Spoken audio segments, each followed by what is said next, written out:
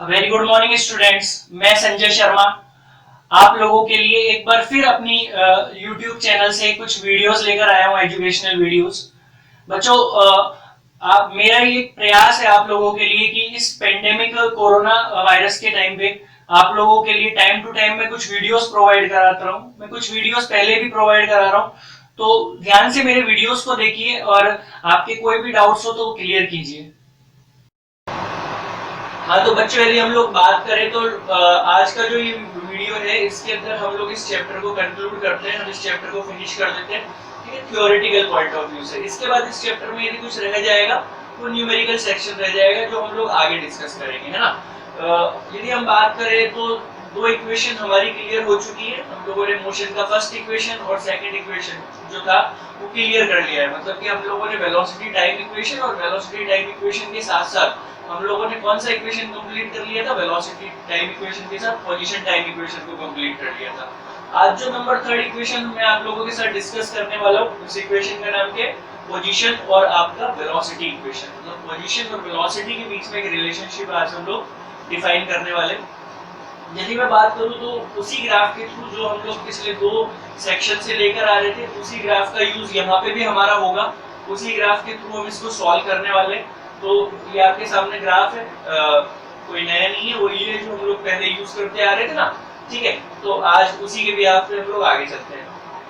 ठीक है बेटा, यदि हम बात करें तो क्योंकि इस इक्वेशन के अंदर भी यदि हम बात करें तो पोजीशन इक्वेशन आ रहा है, पोजीशन वर्ड यूज आ रहा है, तो एक बार मैं फिर से आप लोग को लास्ट इक्वेशन में ले जाता हूँ। लास्ट इक्वेशन में हम लोगों ने क्या बोला था कि पोजीशन के बारे में बात करें या फिर डिस्टेंस ट्रेवल के बारे में बात करें, तो ये जो एरिया होता है ना इसके बीच में ओ ए बी और आपके सी, इसके बीच का जो ये एरिया होता है ये इसी डिस्टेंस या पोजीशन को रिप्रेजेंट करता है।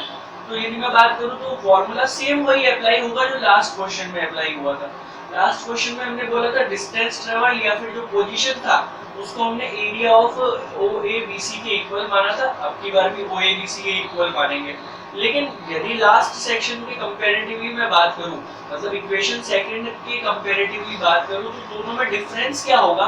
इक्वेशन सेकंड जो थी ना, उस इक्वेशन में मैंने इस एरिया को मतलब कि ओ ए बी सी को क्या किया था, मैंने इसको दो पार्ट में डिवाइड कर लिया था। फर्स्ट पार्ट तो था आपका ये रेक्टेंगुलर पार्ट और सेकंड पार्ट आपका था ये ट्रायंगुलर पार्ट। अब की बार मैं इस एरिया को एक सिंगल ऑब्जेक्ट, एक सिंगल बॉडी मान के सॉल्व करने वाला हूँ। यदि मैं इसको एक सिंगल ऑब्जेक्ट मान के चलूँ तो ये कौन सा शेप हो जाएगा आपका, देखो इस पर्टिकुलर शेप के बारे में मैं आपसे बात करूं तो ये आपके एक ट्रेपेजियम को रिप्रेजेंट कर रहा है।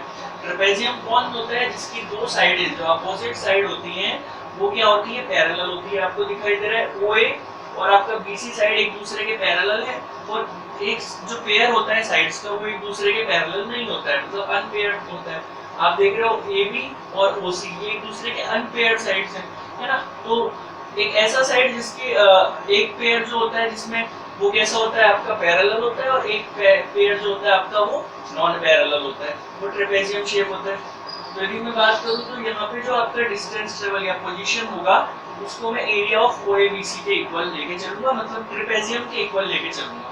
ठीक है जब ऐसा मैं लेके चल रहा हूँ तो ट्रेपेजियम का फॉर्मूला आप लोगों ने मैथमेटिक्स में बहुत अच्छे से करा होगा, और इसका फॉर्मूला होता है आपका half into sum of parallel side into में हाइट। यदि मैं आप लोगों से सम ऑफ पैरेलल साइड के बारे में बात करूं तो मैंने बोला पैरेलल साइड कौन सा है, एओ है और आपका बीसी है। तो half into sum of parallel side मतलब कि ओए प्लस बीसी हो जाएगा। और हाइट, हाइट क्या है इसकी, इस ट्रेपेजियम की जो हाइट है वो ये है आपकी ओ से, ये इसकी हाइट हो गई। हाइट बोल दो या फिर आप इसको क्या बोलते हो, आप बोलते हो कि या तो हाइट या फिर पैरेलल साइड के बीच का डिफरेंस। तो ये एक पैरेलल साइड है, एक पैरेलल साइड है, इनके बीच का डिफरेंस यही होगा। तो ओसी में हो गया इसका हाइट और आपको बोलूं तो डिफरेंस ऑफ पैरेलल साइड्स। ठीक है, अब मैं क्या करता हूँ, वैल्यूज को पुट करता हूँ। आप बहुत अच्छे से जानते हो लास्ट सेक्शन में भी किया था, डिस्टेंस ट्रेवल या पोजीशन को हम एस से रिप्रेजेंट कर रहे थे, तो सेम यहाँ भी एस से रिप्रेजेंट करूंगा।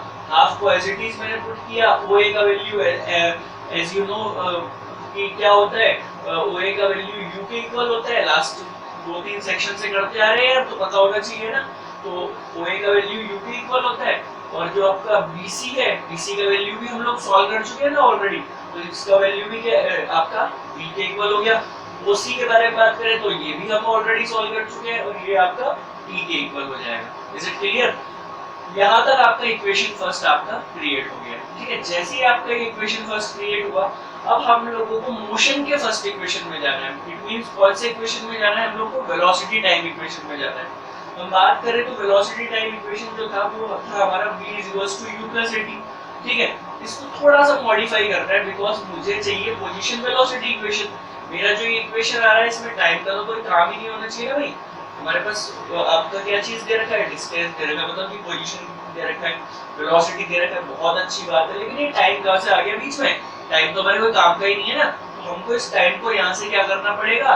रिमूव करना पड़ेगा। हमको इस टाइम को यहाँ से हटाना पड़ेगा। हटाने के लिए मैं इक्वेशन फर्स्ट पे जाता हूँ जो हमारी मोशन की है। मैं यहाँ पे गया, मैंने इस इक्वेशन में थोड़ा सा वेरिएशन किया। v = u + at इक्वेशन था सॉरी, तो मैं u को कहाँ ले आया? इधर ट्रांसफर कर लिया मैंने, तो v - u = at हो गया। और उसके बाद मैंने क्या किया? a को क्रॉस मल्टीप्लाई करके नीचे ले आया, मतलब कि t जो था हमारा वो v - u/a के इक्वल आ गया। Is it clear? अब मैं क्या करूंगा, जब t का वैल्यू मेरे को इक्वेशन फर्स्ट को मॉडिफाई करके मिल गया कि t = v - u/a, तो मैं इस वैल्यू को ना मेरे इक्वेशन फर्स्ट के अंदर पुट कर देने वाला हूं। मैंने ऐसा क्यों किया? क्योंकि मुझे तो t का सफाया करना है भैया, मुझे t को रखना ही नहीं है मेरी इक्वेशन में, ठीक है ना। तो मैं आ गया अपनी इक्वेशन में वापस लौट के। ये रहा मेरा equation, s as it is है, हाफ एज इट इज है। अच्छा, यहाँ एक ट्रिकी गेम मैंने खेला है, देखो ये आपका u + v था। अब मेरे को एक बात बताओ भैया, u + v लिखो तो यदि मैं v + u लिख देता हूँ तो कोई प्रॉब्लम तो नहीं है ना? यदि मैं आपसे नॉर्मल बात करूं कि 5 को 3 में ऐड करो या 3 को 5 में ऐड करो, मतलब तो एक ही होने वाला है, आंसर तो 8 ही आने वाला है ना। तो उसी तरीके से यदि मैं आप लोगों से बात करूं तो u को v में ऐड करो या v को u में ऐड करो, बात एक ही है। लेकिन बात एक तो है, लेकिन मेरे लिए यहाँ पे इस बात का बहुत मीन हो जाएगा, क्योंकि मेरा ये जो सेक्शन है इसमें t का वैल्यू v - u आया है, इसीलिए मैं इसको v + u की टर्म में लिख देता हूँ। मतलब u + v को उल्टा करके लिख देता हूँ v + u। ऐसा क्यों कर रहा हूँ अभी आपको 2 सेकंड के अंदर पता चलने वाला है। तो ये v + u हो गया। यहाँ पे आपने v - u/a जो था, मतलब ये जो t था, इस t को तो यहाँ से हटा दिया है और t की जो वैल्यू था v - u/a, इसको उठा के यहाँ फिट कर दिया है। तो t को हटाते हैं और t की जगह क्या पुट कर देते हैं? v - u/a हम लोग पुट कर देते हैं। मैंने यहाँ v - u/a पुट कर दिया। जब ये पुट हो गया आपका, तो अब आप इस इक्वेशन को सॉल्व करो भैया। देखो डिनोमिनेटर में यहाँ पे एक तो 2 आ रहा था, एक a आ रहा था। मैं दोनों को क्रॉस मल्टीप्लाई करता हूँ और क्रॉस मल्टीप्लाई करके यहाँ ले आता हूँ। s आपका एज इट इज है, 2 क्रॉस मल्टीप्लाई होके आ गया, a क्रॉस मल्टीप्लाई होके आ गया। क्या बन गया आपका? 2as बन गया, ठीक है। 2as बन गया और साथ में आपका क्या है? v + u * v - u, ये आपका रह गया। अब भैया मैं आपको लेके जा रहा हूँ फिर से मैथमेटिक्स में। मैथमेटिक्स में आपका आइडेंटिटी नंबर जो थर्ड होता है वो क्या होता है कि ऐसा यदि कोई इक्वेशन आपके सामने बनता है कि a + b * a - b, तो उसको हम क्या बोलते हैं? a² - b² के इक्वल बोलते हैं। ये मैथमेटिक्स की आइडेंटिटी है, मैं यहाँ पे यूज कर रहा हूँ। मेरा इक्वेशन देखो क्या बन रहा है? v + u * v - u, same वैसे ही बन रहा है a + b * a - b, ऐसा v + u * v - u। तो v + u * v - u by using identity third क्या बन जाएगा? v² - u² के इक्वल बन जाएगा। और यदि मैं बात करूँ ना, तो मेरा जो थर्ड इक्वेशन ऑफ मोशन होता है, मतलब कि पोजीशन वेलोसिटी इक्वेशन होता है, तो यही तो होता है कि 2as = v² - u²। यही तो हमको प्रूफ करना था, है ना। तो ये था हमारा पोजीशन वेलोसिटी इक्वेशन। बड़ा इजी है, कुछ नहीं करना है, सीधा आपको ट्रेपेजियम का फॉर्मूला आना चाहिए और उस आपका जो ग्राफिकल मेथड है उसके थ्रू वैल्यूज पुट करके ये आपका बन जाएगा। आई होप आप लोगों को ये समझ में आ गया होगा, है ना। आई होप आपको आज का जो वीडियो सेशन था वो पसंद आया होगा। ध्यान से मेरे सारे वीडियोस को देखिए बच्चों, और कोई भी डाउट्स हो तो आप अपने डाउट्स के लिए मुझे मेरे व्हाट्सएप नंबर पे कांटेक्ट कर सकते हैं। आप मेरे ईमेल आईडी पे भी कांटेक्ट कर सकते हैं, दोनों ही आपको स्क्रीन पे शो हो रहे होंगे। इसके अलावा मैंने आप लोगों को बताया था कि मैं एक नई स्कीम लेकर आया हूँ। मेरी कुछ लाइव क्लासेस इस समय गूगल मीट पे रनिंग में चल रही हैं, तो यदि आप लोग उन लाइव सेशंस को ज्वाइन करना चाहते हो, आप यदि उसके लिए इंटरेस्टेड है तो आप मुझसे कांटेक्ट कर सकते हैं, ठीक है। और कोशिश कीजिए कि ज्यादा से ज्यादा अच्छी एजुकेशन गेन कीजिए।